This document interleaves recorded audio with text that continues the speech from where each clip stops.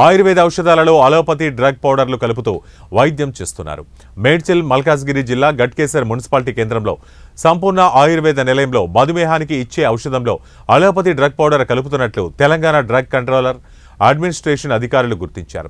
గట్కేసర్లో సంపూర్ణ Ayurveda నిలయంపై April 6వ తేదీన దాడులు నిర్వహించి ఆయుర్వేద ఔషధాలకు సంబంధించి కొన్ని నమూనాలు తీసుకెళ్లారు.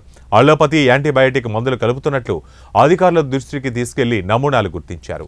మెడికల్ మాఫియా హస్తముందని నిర్వాహకులు ఆరోపించారు. తెలంగాణ ఉద్యమకారులందరూ కూడా ఒకటే చెప్తున్నాం, ఇంకా కేవలం హామీ మాత్రమే మనం సాధించినాం.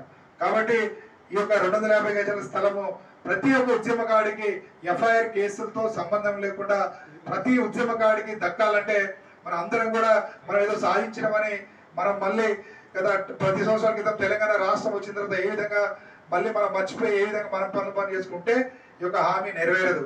ఈరోజు ముఖ్యమంత్రి గారి మీద ప్రెజర్ పెట్టాల్సిన అవసరం ఉంది.